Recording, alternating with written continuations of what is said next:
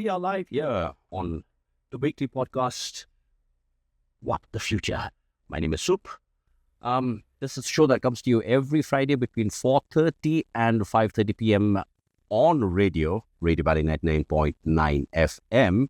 And the video version comes out on Saturday. So if you're watching this on YouTube, hi guys, latecomers. Right. The focus here on what the future is always the future. And appropriately so, we have somebody who I think knows a bit or two, or can say a bit or two, thing or two about the future. It is my pleasure to welcome Namgyal T Gyaltshen, Namgyal T Gyaltshen, who is under the employment of DHI, but is technically here to talk to us about Innovate for GMC. Now, what is Innovate for GMC? Even I don't know. At this point, I don't know. As I understand it, not very many people knew what Innovate for GMC was even a week ago.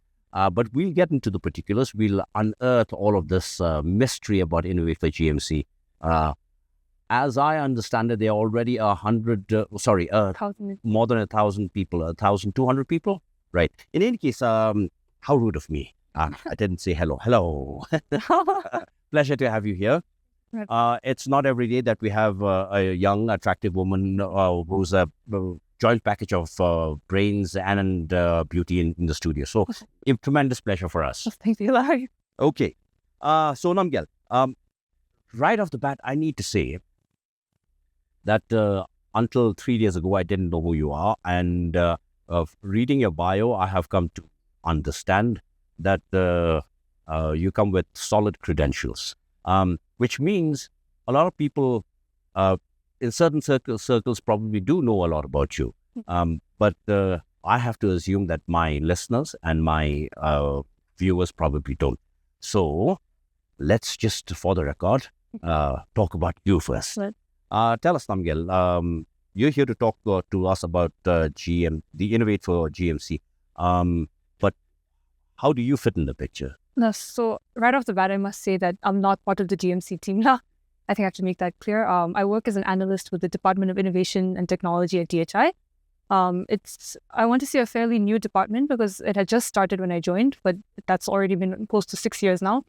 So maybe I'm not as young as Annie present as well.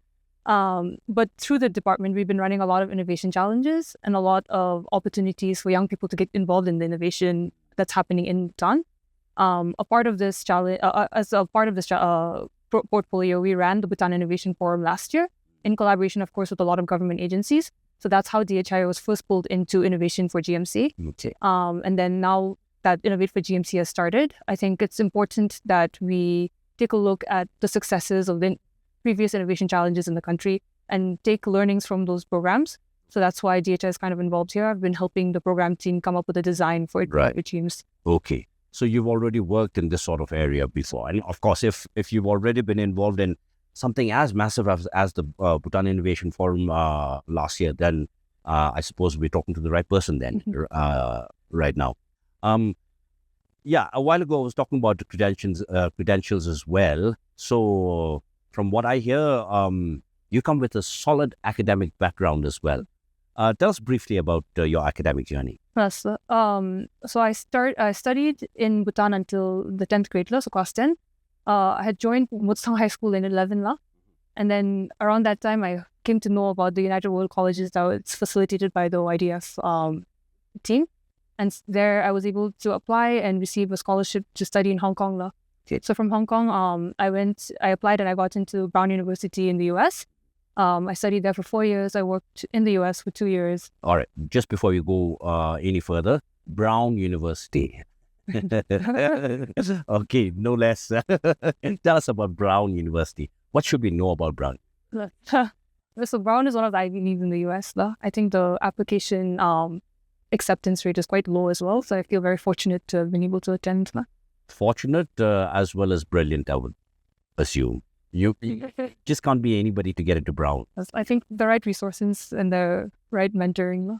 Okay, cool. How humble of you to put it that way. Right, okay. So at Brown, you were studying So I actually took classes in 10 different departments. Like, Wow. because with Brown, I think they allow the first year for you to explore different. Explore. Ah, how nice. That was really helpful for me because when I went into college, I wanted to become a neurosurgeon, no? Okay. And I'm not that. I'm not sure if you noticed, but that's not who I am. So I ended up taking classes in 10 different departments, and I really stuck to economics and environmental studies. Okay. So you get an entire year to figure out what. Yes, they won't let you declare your major until the second year. Oh, wow.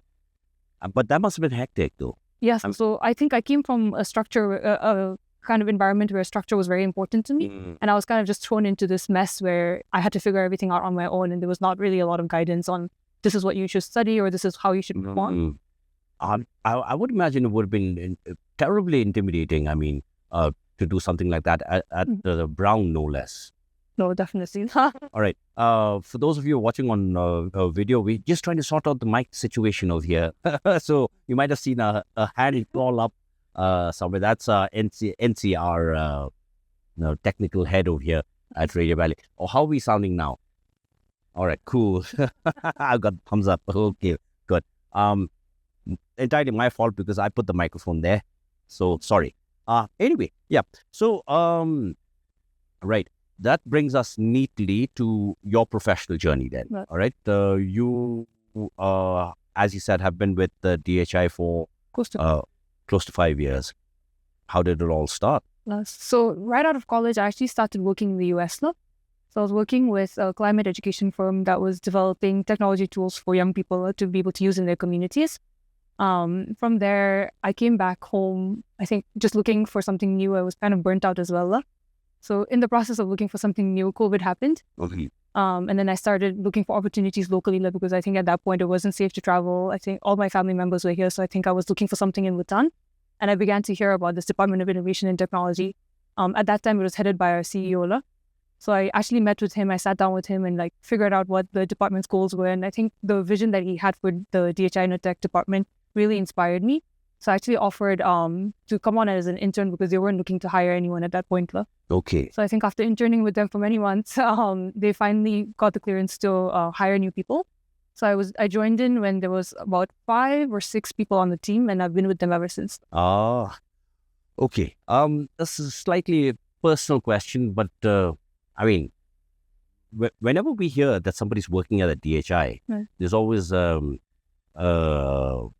some level of regard and respect associated with that organization. Would you say that's justified? I mean, we hear they're all smarty pants in that organization. I think I've learned quite a lot from a lot of the people there. Right. And that's how it should be, rightfully so. I mean, I think if you're leading corporations that are supposed to help Bhutan advance, you should be able to attract talent. Right. It's the investment arm of the country, you would say. So you do need the smartest people there, for sure. So glad to meet your acquaintance. Okay. So then Innovate for GMC. This is something that I came to find out only day before yesterday. As I understand it, you're kind of a newbie in that as well. Yes, sir. Team has been working together since maybe the start of September. Okay. It's a very tight timeline for us as well. Right. But the idea, I'm sure, was there for a while. Tell us briefly about it. What is Innovate for GMC? Or just before we go on, just a small little diversion. Hello, TikTok land. I'm live on my camera as well. So I have about a little more than 100. Could multiply in a bit. Go spread the word. All right. Okay. Yeah. Sorry. Let's get back to it. So Innovate for GMC. If I flip that question back to you, what do you think of when you think about GMC? What's the vision that's kind of set in your mind? Good way to put it. Yeah. Like I said, this is should be a conversation, but yeah. So the question was, what do I think of? Yes. So what's the vision that's been put into your mind when you've heard about GMC for maybe the past year or so? Okay. So I look at it as a balance of all the things that are important in the future. I mean, so while the world is in a mad rush, especially technologically, I think GMC might be a place where even something like technology might be used mindfully. Right. Because I mean, I see that as the only alternative to making sense of technology. Right. the way it's going, it is a mad rush. And the only way we can make sense is if we apply mindfulness principles to it. And in that respect, even the vision for the future. I mean, today, the world's biggest problems. Are you interviewing me or am I? No, but it should go both ways, yeah. Anyway, but the world's biggest problems right now are things like climate change, AI, all of that. And these are things that we don't seem to have ready answers to. Exactly. And some level of mindfulness needs to be exercised in these areas as well. I see GMC as a place where we might find, or we will at least look for the solutions. You see, if you've read Harari Sapiens, how he complains about how, he laments how the world is run by corporations that have a vision of no more than a year, because it's all about the balance sheets, and by governments that aren't around for more than 4 or 5 years, which is their tenure. And whereas some of our biggest problems require approaches that span far more than that. Yes. So I think from just based off of what you've told me, there's 2 points that I think you rightfully pointed to that our team has also been working with, which is first that it's a vision for Bhutan's future. Right. So that means it has to be innovative. That means Bhutan and GMC itself has to be innovative, globally relevant, and then yet still grounded in values. The second point is that GMC can be some sort of a lab or an experiment in how all of these values can coexist. So when you're talking about economic development, environmental conservation, or even just spiritual well-being, that's where it should converge. So based off of these 2 points, I think there's a big opportunity there. So I think that opportunity came to us kind of as a platform where, for now, young people might be able to contribute ideas towards seeing how this vision might be fulfilled in the future. And that's essentially what the Innovate for GMC program is. Right. Okay. So let's understand this very clearly. You're trying to reach out to a certain age demographic between the ages of... for now, we're looking, for the first cohort, we're looking at 20 to 35. 20 to 35, right. And you're looking for how many people? 500 people. Right. And what are these going to be doing, basically? They'll be working on challenge areas that are relevant to GMC law. So as part of the program, we'll orient them to the work streams that are already happening in GMC. So they'll be able to work with GMC team members to figure out what some of the challenges that are projected are, and then come up with solutions for that law. All right. Look, again, let me try and break this down in language that my listeners might, which is no insult to you guys, by the way. But let's try just make it very simple. So, there are challenge areas. When you say challenge areas, what exactly do you? So for now, we've come up with teams that are aligned to GMC's priority areas. So you'll be able to see them, I think, in a lot of GMC narrative documents, or even on their website. Some of them include health, well-being, knowledge, agri-tech. So just by choosing these team areas, we're hoping to align participants and the people that are interested in these areas with team members that have the right skill sets to be able to develop ideas. Okay. So let's say I am 20 years old right now. I'm fresh out of college, maybe.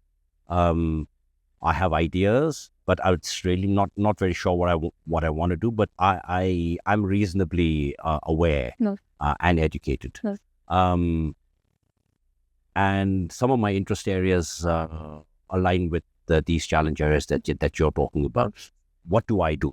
Yes, even if your interest areas were outside, you would still be able to go onto our website, innovategmc.pt. All right, we'll put that in the video. Okay. I'll say it again, just for our radio listeners. Innovate for GMC.pt. For GMC.pt. All right. Yes. Yeah. So there we have an application portal. It doesn't really ask for much. We're asking for a CV and then for you to identify what kinds of topics you're interested in. That's just so that we have a balance of the people that come down to GMC in October. And we've heard that there's been a number of applicants already. Yes. So as of today, we've hit 1,200. 1,200 and you're looking for 500. Yes. Right. So there has to be a vetting process now. There is. It's going to happen tonight. Okay. So deadline is? 11:59 tonight. All right. So any of you, if you don't know about it yet and you're hearing about it for the first time, you have very little time. 11:59 tonight. That gives you about, 6-7 hours. Yeah. So best of luck. Do the best that you can and get involved if you haven't already applied. Okay. So then what happens to these after you select the 500, what happens? So we'll first invite participants to a pre-orientation session online where we'll actually give details on what happens next. Okay. Because I think it's unfair for us to tell people just to come to GMC. So during the pre-orientation session, we'll give out instructions on the medical screening that's mandatory for the program. We'll also be sharing details about transportation. So our team is arranging transport from Thimphu till Gelafula. Okay.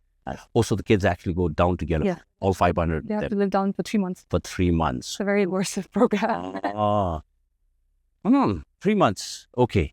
What happens in those 3 months then? Yes. So I think the first month we've kind of kept it very schedule heavy because I think we're aware that not everyone comes from the same backgrounds and same experiences. So in the first month, we'll try to level that field as much as possible. So we'll obviously give orientation on GMC, but we'll also be able to give some lectures on core issues that we think are important. So maybe lectures like design thinking, policy, systems analysis, how to think about problems and how to approach solutions. Sure. I think I could make use of all of that myself. Next cohort. Oh, I'm not exactly 20 to 35, but yeah, but certainly interested. Okay. So that's what happens in the 3 months. In the first month. So in the first month, yeah. We'll be able to give resources, so like mentors and resource people that have worked in Bhutan and outside. We'll also be able to provide elective workshops for topic-specific issues. Okay. All right, interesting. Obviously, what happens in the third month and so on and so forth, what happens after that, whether there will be follow-up programs, whether there will be similar programs, whether you will reach out to other demographics or not, we can certainly explore all of that. But what we're going to do is we're going to head out into a short commercial break. And on the other side of the break is what we will be dealing with these questions. Thank you, Namgyal. Yes. Okay. Pa Namgyal ni china kolochuda tipa mam chabi tele zuchu achin churi hami tangi chinda ledi khachi mathmo kali chu chin chu mema doli chai wala gi chazume ma tsebe patida dradi themi.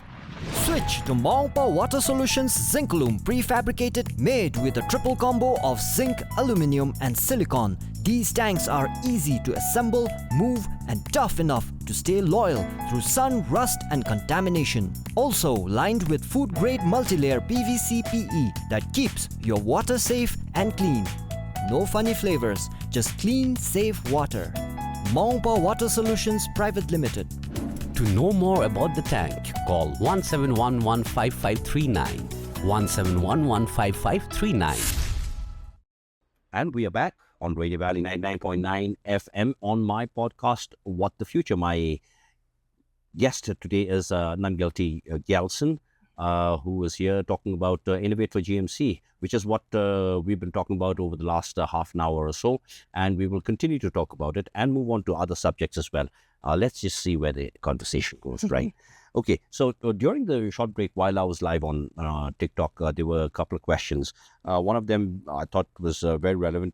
Somebody wanted to know on what basis the 500 get selected. What's the criteria? So I think the initial pre-screening criteria is the eligibility criteria that we've already described. So 20 to 35, no exceptions.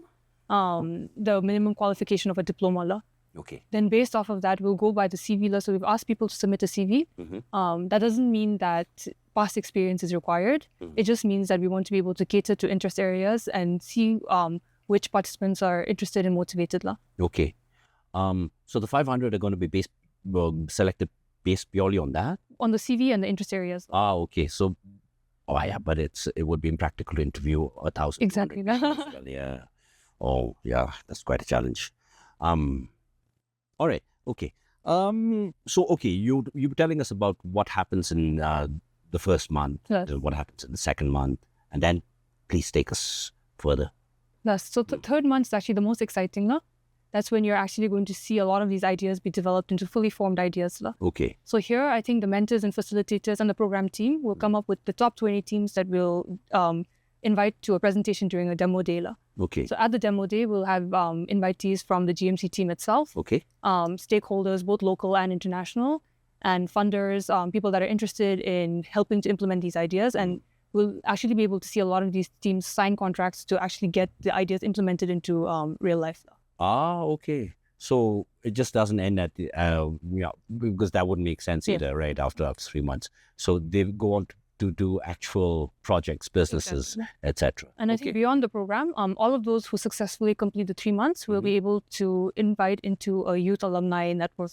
Okay. So I think any future cohort that requires mentorship or facilitators will actually be able to invite these alumni. See, this is one of the important things about this program. Up until now, as I was telling you in our pre-show talk, right now, as far as GMC goes, most of us have more questions than answers. And one of those questions has been, how do we get involved as people? How do we get involved? And we're seeing concrete evidence of that right now. So wonderful. And I'm sure that this is not going to be a one-off, right? We're already planning for future cohorts. Okay, future cohorts. And all right, one thing that I was interested in is the specifics on the age, the 20 to 35. Is there a particular reason why? Yes, I think at the front of our design is this very intentional acknowledgement that when we talk about the youth of Bhutan, we always talk about them as future leaders. We always talk about them as future change makers. But with GMC, the time is now. So I think rather than waiting for them to develop into leaders and then take the reign in later years, we need to actually be able to equip our young people now to actually come up with the solutions. Lovely. That makes a lot of sense. Now I'll tell you what else makes sense. The fact that the project itself is a long-term project. Yes. Let's say somebody like I got involved in there. I might have some ideas, whatever, but by the time the project really takes off, I'll be too old to work. That's one of the reasons. I would also, I mean, who am I to say anything on this? But I would also be very careful about involving the old-timers. And this is purely personal opinion, just my opinion. Yes. So thank God I have no hand in the GMC. But my opinion is people of my generation, and I would even say people slightly younger also, we'll probably mess up. If we get too involved in GMC, we'll probably mess it up. We're, I think, a generation that's used to a system of favors and doing things under the table. Our middle name rightfully should be corruption for most of us. We're not exactly a professional generation, I think. I wouldn't say that our leaders have failed us, especially our elected leaders or have failed us. I wouldn't say that, but I would say we wouldn't make good leaders for the future, especially for a project like GMC. And you also need people who are keyed into current issues, into the issues of the future, who are invested in issues of the future. I think people of my generation and older wouldn't care too much about the future. No? I mean, because what else do you have to live for? I mean, another 10 years or 15 years, you're retiring. I disagree. Okay. Oh, yeah? Yes. Okay. Why? Why is that? I think regardless, so this is my personal opinion and not part of the Innovate for GMC, but I think when we talk about innovation in recent years, I think we talk about fixing everything, disrupting everything, changing everything, regardless of whether it's worked or not in the past. Okay. So we need to be more meaningful about how we envision those systems to change. I think when you talk about the generation, even if the motivation isn't there, even if the skills aren't there, there is a wealth of experience there that I'm hoping that our young people can tap into. In that respect, I would agree. So no doubt, experience-wise. Also, when it comes to values, which is not to say that our young people don't have values, but some of our time-tested traditional values should be in place as well. And I certainly see GMC as being a place that embodies the values not only of the future but of the past as well. Yes. That accords the respect that our past deserves as well. That knowledge deserves as well. But I just know too many people in my generation who I think would mess things up over there to have a very favorable opinion of my own people, of my own age people. Okay, so Innovate for GMC is something that we're coming to understand, we're coming to learn about right now. I'm sure it'll take shape over the months to come, and we'll be hearing a lot more about it. You have a lot of work ahead of you. Yes. You're going to be very exhausted. I'm not sure we'll be able to drag you out and bring you into this studio again. This is the last day. when the screening starts, I think that's when the real work begins. Right. But yeah, we certainly wish you good luck with it. But I would say, I mean, just judging from your bio and from the little that I know of you already, this program is probably in the right hands. Yes. Yeah. But let's talk about, because our focus is on the future. Let's really talk about the future. What are the grander, wider implications of a program like this? So I think that's something that we're very intentionally designing now. I think a lot of the times, having worked in the innovation technology space myself, a lot of the innovation programs just stop with prize money that gets distributed to the team members, and those projects don't really seem to be developed into substantial ideas later on. No? So with this, we're being very intentional that some of these ideas will actually get integrated into the GMC system. No? So I think that's the biggest form of impact that we're seeing. Others, I think we're going to be seeing just the learnings from this program also kind of inform how an innovation ecosystem is built in GMC, because I think innovation is important. Right, obviously. So I think the learnings from this, the reflections from the participants themselves, and also the people that are not able to apply and participate will really form and reshape the innovation ecosystem that we envision for GMC. Right. I just like the term itself, innovation ecosystem. But that is certainly, I mean, when you think about GMC, no matter, what your understanding is of GMC right now, one thing is clear: it's going to be a place like no other. Mm-hmm. It's not like going to be like Norm in the Middle East or any of these concept cities that we've seen in recent years. It's going to be something quite unique, something quite different, and because it's come from a very sacred place as well, and also a place of sense. That makes entire sense for the planet, I think. This is one of the beautiful things that I see about GMC. While the rest of the world is in this mad rush to move ahead and to get ahead of each other, here we are saying, we need to move on ahead, no doubt, but we need to move ahead in a sensible, mindful way. And, whatever our issues are, whether it's AI or whether it's technology, whether it's now cloud capital, whatever, climate change, the only hope for the future that I see, even as reluctant as the rest of the world may be, is to be mindful about where we're going. No? And I think that's the answer that GMC is trying to provide to the rest of the world. And hopefully we'll be able to live up to all of that. So yeah, innovation is a big part of it, I'm sure. Right. Speaking about where we're headed into the future, as somebody who has a keen grasp on the issues of today, especially digital issues, technology, as a person, what are your feelings? Are you comfortable with where things are going? Are you worried?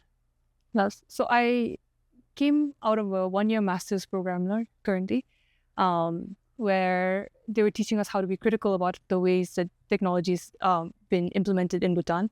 And a lot of that has been just a reflection on some of the technologies that we've seen come out. A lot of them are large-scale infrastructure projects, Mola. So I think in that regard, a lot of the reflections that I have done, I think it seems that it's very important to think about social justice and participation in these technology projects. So because I think so often we say, here's the issue, here's technology to fix it, and we don't really think about how the people that the issue is impacting will live and participate in and interact with the solution that's been presented. So in that case, I think it's good that our government is adopting technology as forcefully as we've seen. And it also makes sense because I think for Bhutan, technology can only be the future. But even with that, I think there are a few caveats, and I would hope that we're able to resolve some of these issues. We're able to bring along all subsections of the population to meaningfully participate in technology. That's got to be a gargantuan task, I think, considering the fact that we are already I hate to use the word, but I can't find an immediate replacement at the moment. Or we're slightly primitive in many ways. Our the very history of modern Bhutan is 60 years old, since we didn't have roads, hospitals, schools, etc. until 60 years ago. All of this, what we see around us, happened in the last 60 years. And I was telling you about this conversation that I had with my mother. When she grew up with no shoes on her feet. It would have been unimaginable for her to.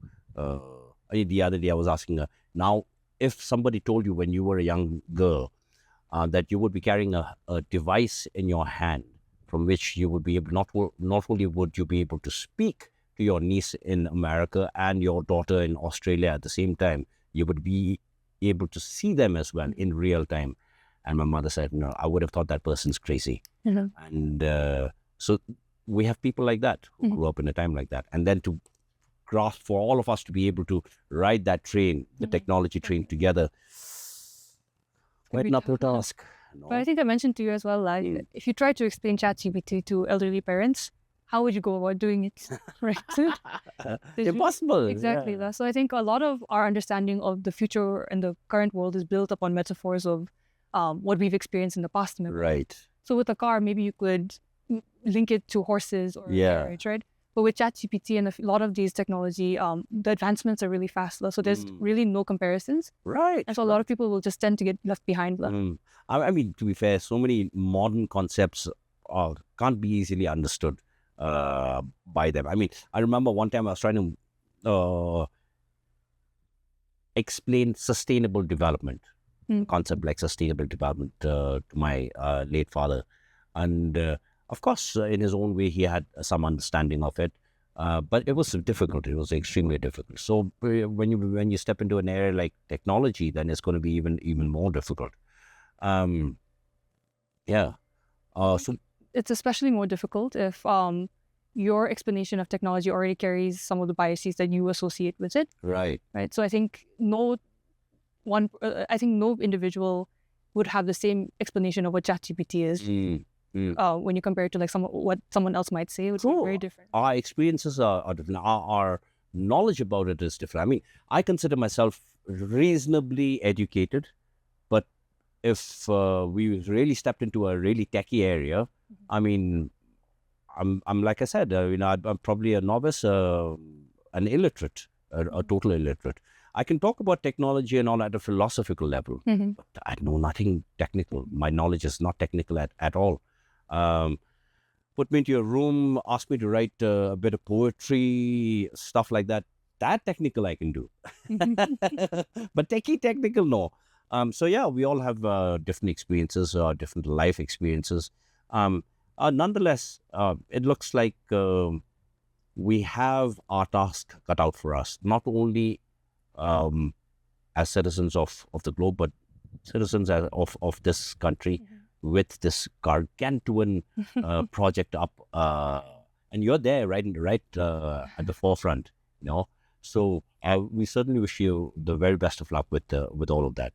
We can get into a few other discussions, but for the moment, what we're going to do is we're going to take another very short commercial break and come right back.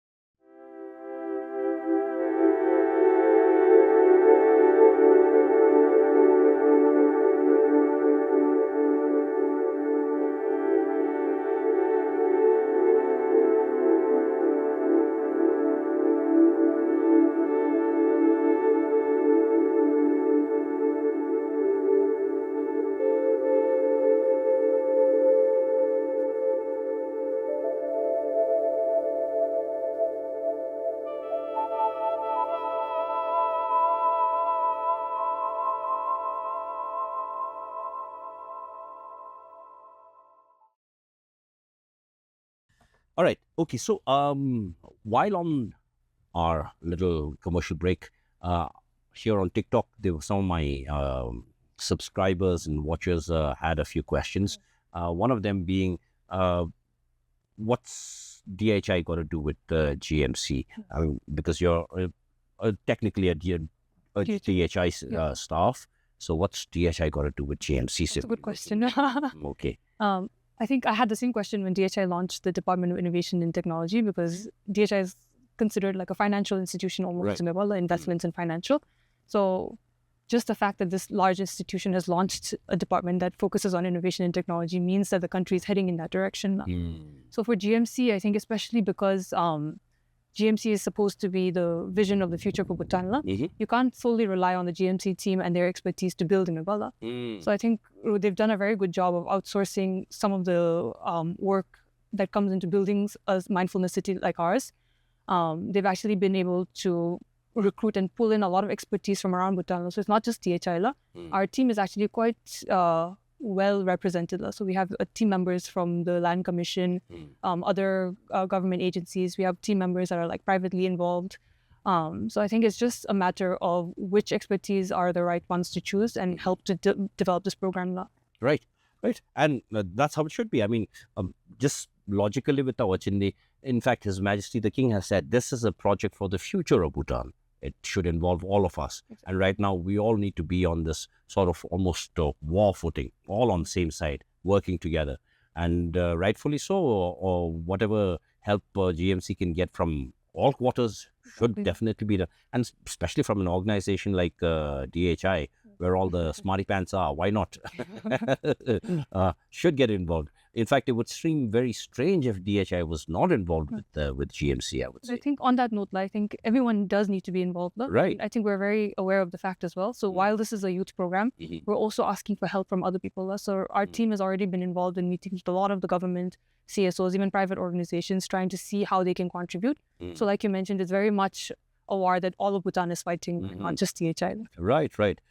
Speaking of which, it's becoming clearer to us as the months go by. It's becoming more and more clear to us how the rest of us are going to get involved bit by bit. And we're seeing evidence of that as well. With, one of them being this Innovate for GMC. In recent times, social media has been flooded with the volunteers actually putting in manual work over there. It's slowly taking shape, and I'm sure it'll just get clearer and clearer. And we will be able to see how we can contribute in our own personal capacities, professionally. I'm sure that'll become more and more clear. For the moment, I also I do believe that you're looking for mentors. Yes. Right? For the Innovate for GMC program. What exactly do you mean when you say mentors? So I think that's part of what we call our strategy of Innovate for GMC being for all. So while we're asking for 20 to 35 for youth participants, I think we've gotten a lot of inquiries about what if I'm more older than 35? What if I have 50 years of experience? There we're actually asking people, and we'll be floating out a Google form later on, I think at the end of the day, where we ask people to volunteer their expertise and their mentorship services. So what that means is that our teams, once the youth are on ground, will be able to look through a profile of mentors and schedule calls and request help in developing their solutions. Okay. So let me again understand this clearly. Let's say I want to get involved, right? So what do I need to do now? So you'll wait for our announcement on our social media page later, where we'll actually put up a form where you can go in and input either your details or someone else you want to nominate as a mentor or a resource person. There we'll ask you for your CV and then your areas of expertise. So maybe you'll have to write a little bit about your experience and what you're an expert in. Right. Are there any specific areas that you're looking at? As long as it's catered to the GMC tracks, we'd be very happy to have you on board. Okay, so when you say GMC tracks... that'll be found on the GMC website. So they have a few pillars. I have them written down here because I didn't please, all of the top of my head. So I think we're talking about health and well-being, education and knowledge, agri-tech and forestry, green energy and technologies, tourism, aviation and logistics, governance and public services, and technology for mindfulness. So basically everything is covered. Right. And if it isn't as well, you can just always feel free to just reach out and tell us what you're an expert in. All right, just in case, because, on radio, it just happens once and then people are like, what? Just in case people want to know, let's go through that list again. This time a little slower, please. Yes. Health and well-being, that's the first one. Education and knowledge, agri-tech and forestry, green energy and technologies, tourism, aviation and logistics, governance and public services, technology for mindfulness. Okay. All right. So if you have any sort of expertise in any of these areas and you feel you can contribute, then again, where do they need to go? We'll be posting a link on our social media pages. All right. but let's say somebody is not looking at social media today. They or can also tomorrow. feel free to reach out to us at information@innovationforgmc.pt. Information at Innovation for GMC It's listed on our website, so it's on your website. Okay, and your website is? innovateforgmc.pt. All right, once again, innovateforgmc.pt. Innovateforgmc.pt. Okay. So that's how you can get involved. So you don't necessarily need to be 20 years old or between 20 and 35. You could be of any age. Make yourself useful. As we were discussing a while ago, as Majesty has said, all of us need to be on the same page. We need to be on the same side. And this is how you can contribute. And as days go by, it's becoming more and more clear how we can contribute. And that's certainly one area that you should try and explore. That being said, Namgyal, as I was saying a while ago, there's quite a lot of work ahead for you. When do we expect that the meat of it starts, the first month? When is that?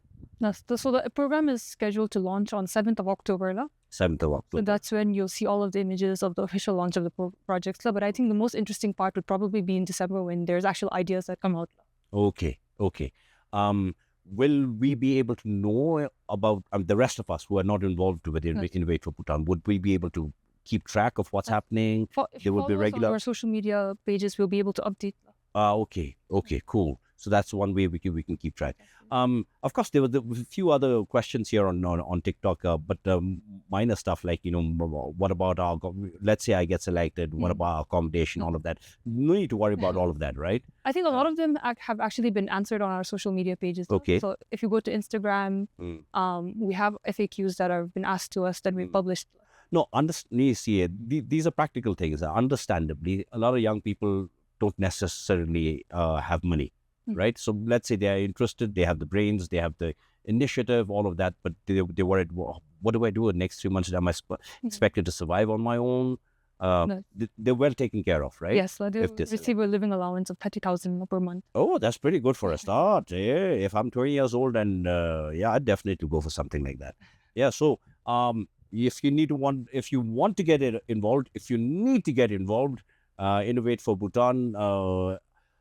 The applications are open up until 11:59 tonight. All right, so that's your deadline. So if you're hearing about this for the first time, then you need to go to innovateforgmc.pt. I'm so bad with remembering now web addresses.